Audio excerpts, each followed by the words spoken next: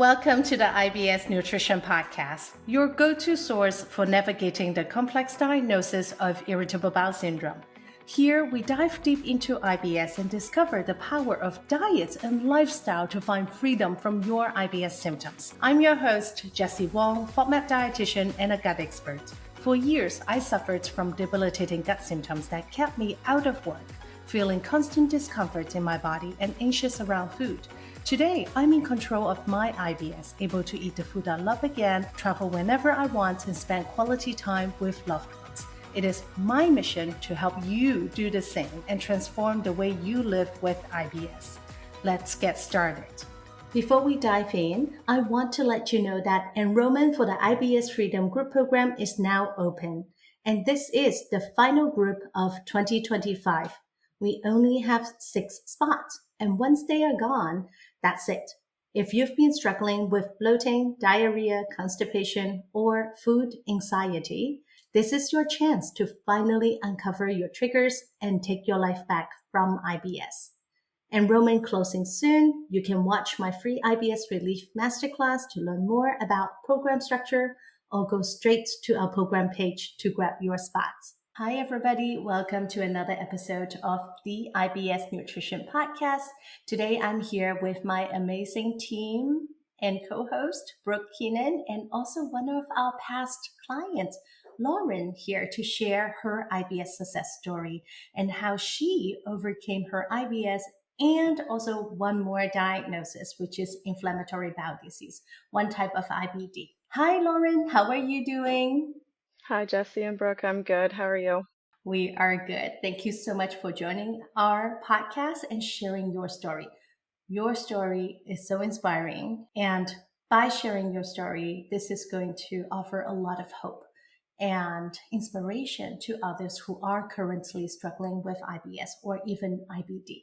So I'm going to let's have you go ahead and introduce yourself. Who are you? What do you do? Feel free to share as much as you want or as little as you wish. Okay.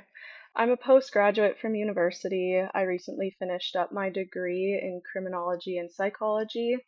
Currently just working as a server in a few restaurants, doing administration work for weddings, which I actually quite enjoy.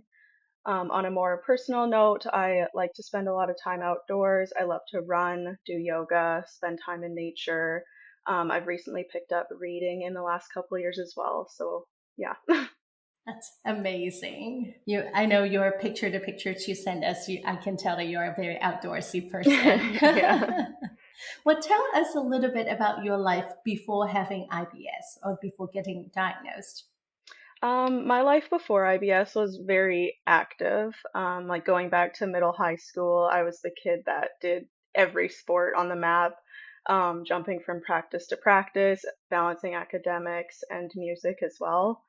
When I graduated high school, activity levels slowed down a little bit, but hitting 2018, which is a year post high school, I started experiencing some IBS symptoms, diarrhea, urgency, bloating, pain.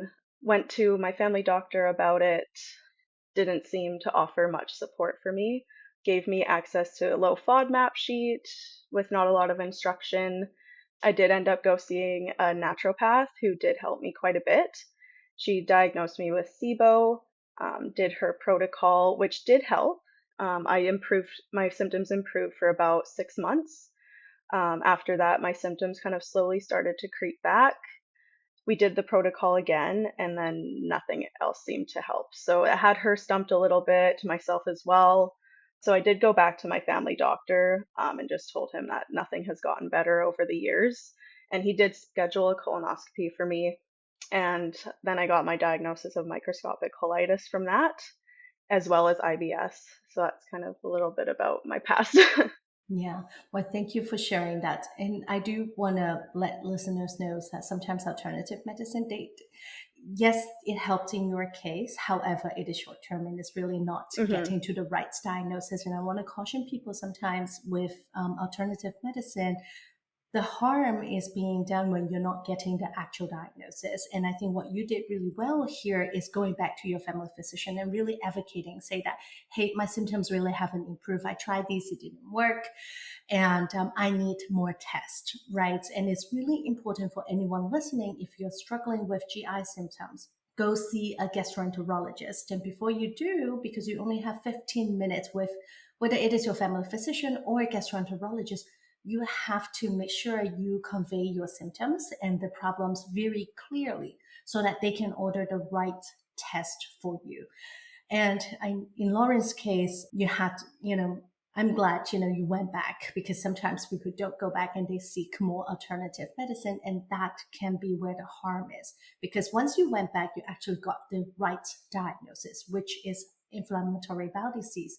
And that can be a risk factor. Well, with IBS and IBD, both of these are risk factor for SIBO, which treating it is important. But with SIBO, like many GI conditions too, is if you don't know what is causing the SIBO and just treating the SIBO, it can come back and it can make treatment less effective. Okay, sorry to cut you off there. Let's keep going.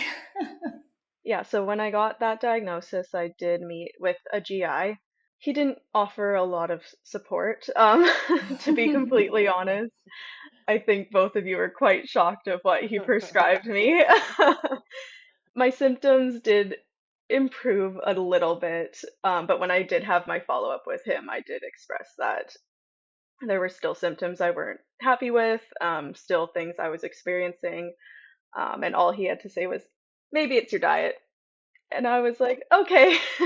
So helpful. So, yeah, so that kind of left me to do my own research. And so when I came across you guys and your unique program, I just thought I would give it a try.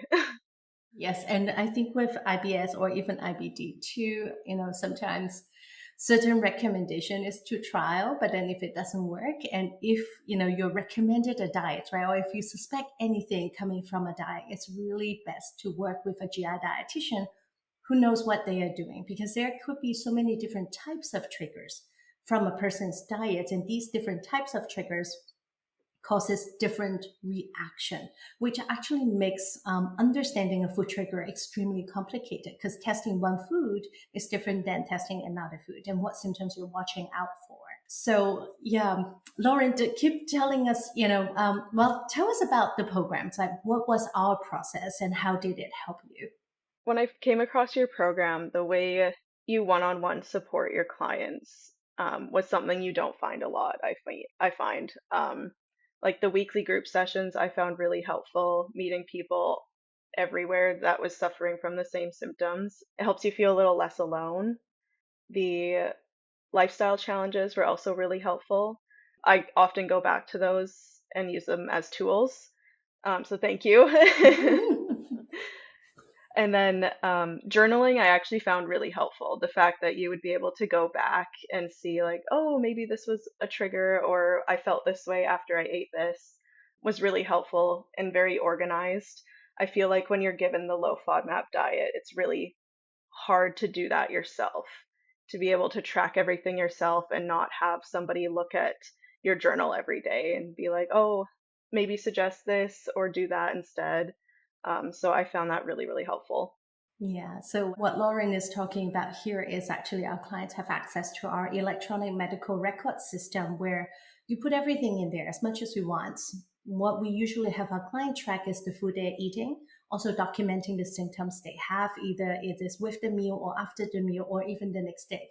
Because, like, again, different foods triggers different symptoms and usually triggers different symptoms at different times. So having that record, we can see a trend. We can also see when symptoms occur, we can go back a day or 2 days, or even sometimes 3 to 4 days to see what you've consumed before, whether that food could have caused the symptoms a few days down the road. So those are very helpful for providers. And I think, not to discredit doctors, but it's just impossible for doctors to offer that kind of support or having that knowledge if it's food related triggers. Now, I'm glad the journaling was helpful, and we are able to support you with that. And I think what we do too is to comment on your journal on a weekly basis beside the group meetings, to check in. Hey, it's Friday, let's check in before we go into the weekend. And then on Monday, we check in to see how things have been going over the weekend, to make sure everything is going in the right direction. because GI symptoms also change very rapidly if something happens, and we need to respond to it and give you another plan, if something does happen. Is that something you experienced while we were working together? A little bit, yeah. Like 1 second I'd be fine, and then like hours later, the next day, like my symptoms would act up, and I would be like, "Oh, what was that?" You guys usually had a suggestion, which was helpful. But yeah, I did experience that a little bit. Yeah. How was your food challenge? Share with the audience, what was the food challenge like? How was the elimination diets and then the challenge? Like I'd done the elimination diets before, but then was lost on how to properly reintroduce things. So that was very helpful. You guys had a whole chart on certain like portion sizes, and day 1, 2, 3, and that was really helpful. The food challenges were interesting. It was really interesting to see what your body would do the more you add a certain thing back in. Found a couple interesting triggers, I think, but then other things were totally fine, which was great to find out as well. So, Yeah. Well, have you been cutting out those foods prior to doing the food challenges? Were there foods that you've cut out for a long time, but learned that you actually can tolerate it? yeah, there was a couple things that I was just afraid to eat, because like I knew they were high FODMAPs, and I was like, oh, if I don't eat them, I'll be fine. So there were certain things that I did test that I hadn't eaten in a really long time, and one of them was okay, and one of them I think I just had to portion it, and then I would be fine. But yeah, it was just really interesting, and then being able to eat foods again I hadn't eaten in years was great. That's amazing. What foods are those that you are talking about right now? Pitted fruits. I stayed away from pitted fruits for a very long time because they're all high FODMAP, but I was able to enjoy cherries this summer and peaches, and they were Yay! great. If I just portioned my sizes, I had no problems at all. Lactose, I've still yet to try just because I haven't had it in years. But That's what I was going to ask you if you were still. So have you tried lactose-free products? Yes, Okay, yes. good. And I used to be like strictly no dairy Mm-hmm. at all because I thought that was it. Like when I first started experiencing symptoms. So I cut dairy the first thing and never added it back in. But working with you guys, I tried lactose-free stuff, which has been so fine. So I've yet to try like adding lactose back into it, but I will at some point just because that would be interesting to know. For sure. Yeah. Make life a lot easier if Yeah. I mean, because you can still use some lactates if you don't Yes. tolerate it, but most likely my guess would be you can tolerate some amount of it, but knowing Yeah. how much you can tolerate would be very helpful in guiding Yeah. future or future tools or what you need. Yeah. Oh Yeah. my God. That's great. Yes, pitted fruits actually has two types of FODMAP, so a lot of people do find that they trigger symptoms. However, in our experience, again, identifying the root causes of your symptoms, removing the problem, right, resolving the root cause first before trialing the FODMAPs, people will usually tolerate more and more of the FODMAPs and be able to eat all of them again. And we've said this in other episodes, but I just want to say it again, is FODMAPs are good for our guts. Don't cut them out completely. They are fermentable carbohydrates. They are prebiotics. They feed our gut microbes. So if you can tolerate some of it, then incorporate them back into your diets. Because when you're feeding your microbes, the prebiotics, when they thrive, you are going to feel better as well. And in the long run, better for symptom management. I saw this at my friend's account today, actually the IBD dietitians. She said using food to manage symptoms. I can't remember how she said it, but what she's saying is not about what you're cutting out. It's really about what you're adding back in as well, because that variety of plant food really helps us build a better foundation when it comes to our guts and our gut microbiome. Yes, so yay! Was there any other food that you reintroduced and find that interesting? Yeah, garlic and onion were also a big one. I've come to notice that like if the onion is cooked or like in a sauce, it's fine. But if it's raw, like in a pico or something in a salad or something, I tend to get more like bloated symptoms. Not necessarily diarrhea or anything, but it feels very like there's a balloon floating around in my stomach. um, but yeah, that's something I noticed, and small amounts of garlic seem to be okay as well. So that's really nice. Yay! Yeah. Yeah, that's great. Yes, with some of the FODMAPs, because they are fermentable, so they will cause more gas. But then Yeah. it's okay, you know that it's going to pass and you can still eat some of it without Yeah. triggering the diarrhea or more severe symptoms. Hmm. Well, thank you for sharing all of that. What about the lifestyle challenges? What did you find very helpful when it comes to shifting your lifestyle? I found the gratitude lifestyle challenge really helpful. Also, a little bit challenging as well. So, when you're going through symptoms, sometimes it's hard to pick out something you are grateful for. But that one was very helpful. Kind of open your eyes to see the bigger picture of like, oh, I'm grateful for this, even though I'm experiencing some symptoms, and that's okay. The humming one was really helpful. Like, when you're driving somewhere, just like hum along to the radio or something like that. I still do that. Yay! But yeah, I would probably say those two were the most helpful for me. Yeah, and with the lifestyle challenges, like you said earlier, is that they still are tools for yourself to Yeah. continue to improve your symptoms and better manage them.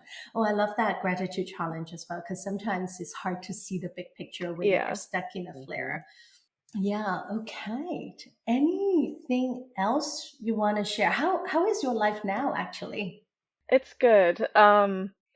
Definitely still working through a couple of bad habits, but I know that comes with time.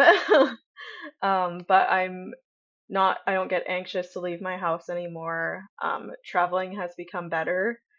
Actually, I had a few big events this summer where I would usually take Imodium, and I did not, and I was 100% okay. So Yay! That's yeah, so great. That's so yeah, great. like I can't remember the last time I took one actually, so that's a big step. Oh, that's Um, amazing. yeah, so it's more of just like a tool in my toolkit if I need it, but I'm not gonna use it unless like I really have to.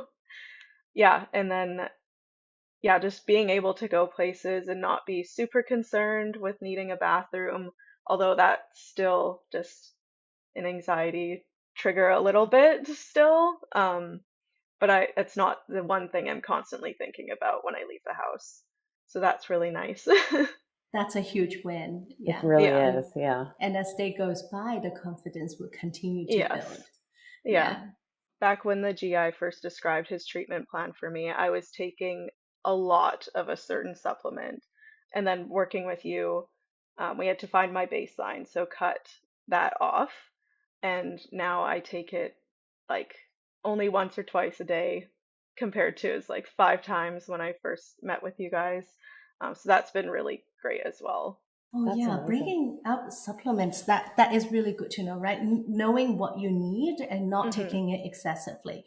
Yeah. Talking about supplements, I think when you started the program, you've actually used a lot of supplements in the past. Is that Yeah. correct? Can you tell us Yes. what you've used in the past? Do you remember? That might be a tough one. Most of them were prescribed by the naturopath. Yeah, so I have it in your note because I looked at your Okay. note. You couldn't remember them all in your note, but it was, the probiotic, Yeah. oregano, L-berberine, chase tree capsules. Yeah, and that was probably the SIBO protocol, Yes. I'm imagining. Yeah. And what you were taking that you've cut back on is Metamucil. And I do think we did, and I think we've spoken about this before, sun fiber, Metamucil and sun fiber are kind of go-to. So we tried you on the sun fiber and that did not work. So we put you back on the Metamucil. That just worked much better for you. And that's why it's a good message to tell people that trialing different fiber supplements is okay because they are different. We Hmm. hope they work Yeah. in a similar way, but Metamucil or Psyllium was a really great product for you. Yeah. Hmm.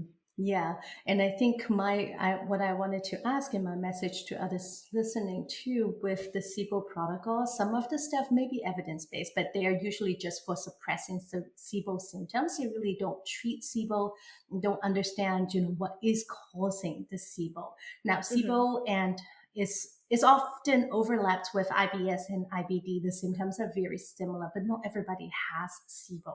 However, sometimes the invalid tests that you get from these alternative medicine offices, they may not be the most accurate, and people tend to get way more diagnosis than they actually have, and then trialing different supplements. So beware and always talk to your licensed physician. Yes, sometimes it is hard to find somebody who actually listen and give you the right recommendations, but adding a dietitian on your team can really help speed up that process, like getting to the right diagnosis and actually identifying if you have any food triggers or not, if there's any red flags, which in your case, if we had seen you sooner, if we had seen the amount of diarrhea you have, we probably would have pushed for that colonoscopy sooner, maybe even an Yeah. endoscopy as well to see if there's anything else going on. So it is really important to work with licensed professional who works in the realm of evidence-based medicine. Yeah. Well, Lauren, any other things you want to share, or actually any word of advice for people who are listening to this who may be struggling with their GI symptoms right now? I would probably just tell people to be patient and kind with themselves. It's not an easy process, but if you find practitioners that will work with you and support you like you guys did, it is 100% worth it. Yeah, it is possible to find freedom, right? To break It free. is, yeah. Yeah. And you were saying earlier, I think before we started recording, it's like looking back a year before this, last Hmm. year compared to this year, how big is the change? A big change, like a huge change. Yeah, like last year, I wouldn't want to leave my house. I was using all my sick days, and I felt like I had no control over my health. But yeah, now it's like a complete 180. Well, thank So you for sharing wonderful. that. Yeah. Yeah, it's amazing. And it really gives people a lot of hope that they can too manage their IBS and not let it control their life. Yeah. Well, Lauren, thank you so much for sharing your story with us. We love it, and it's going to help so many people out there. Well, thank you so much, Lauren, for joining us. And I wanted to say something. We work with a lot of ladies. Well, in our program is all ladies, and a lot of ladies are in their 60s, 50s, 40s, and then a lot of our ladies are in their 20s. And Lauren is one of the younger ladies who are in our program. And one thing I want to say is that don't wait until you are 50 or 60 or when you're about to retire to tackle your symptoms. You can start sooner so that you don't let IBS take over your whole life. And yeah, Lauren, do you have anything you want to add to it? I will make a comment, I guess. A good example of that would be my dad. Um, Oh, struggled with the same symptoms. He had worse symptoms than I did when he was about my age. He did all the tests, he did get colonoscopies and stuff, but nothing ever really came out of it. But yeah, I've been telling him about the work that I did with you guys, and he actually did think about it and was trying a couple things himself. So, and he has happened to improve by doing a couple of them. So, yeah, that's helpful. That's great. yes, Yeah. that is great to hear. Use what you've learned, share with him, and get him better. Yes. Yeah. And for everybody else listening, don't wait until you are retiring to tackle this because your life can be so much better when your IBS is under control. All right. Thank you so much, Lauren. And Thank thank you, you, Brooke. Lauren. If today's episode resonated with you, don't forget enrollment for the IBS Freedom Group program is happening right now. And this is the last group we are running in 2025, and spots are limited. They are already filling up. This is the best time to start working on yourself so you can feel better and be ready for year-end travel and holiday gatherings without constant bathroom anxiety. You can start anytime in September or early October. The door closes September 30th. Learn more at ibsdietitian.com/group-program. We look forward to supporting you inside our structured small group program. Thank you for tuning into the IBS Nutrition Podcast. We hope today's episode has brought you closer to understanding and managing IBS. Remember, you are not alone on this journey, and finding freedom is possible. For more on IBS, make sure to follow us on your favorite podcast platforms and please leave us a 5-star review. We would really appreciate that. You can access links mentioned in this episode in the show notes to learn more about your type of IBS and how to identify your own food or lifestyle triggers. Register for our free IBS Masterclass, 3 Steps to IBS Relief, for our proven holistic 3-steps approach to managing IBS once and for all. Head to ibsdietitian.com/masterclass to register. Until next time, take good care of your gut, and here's to your health and happiness.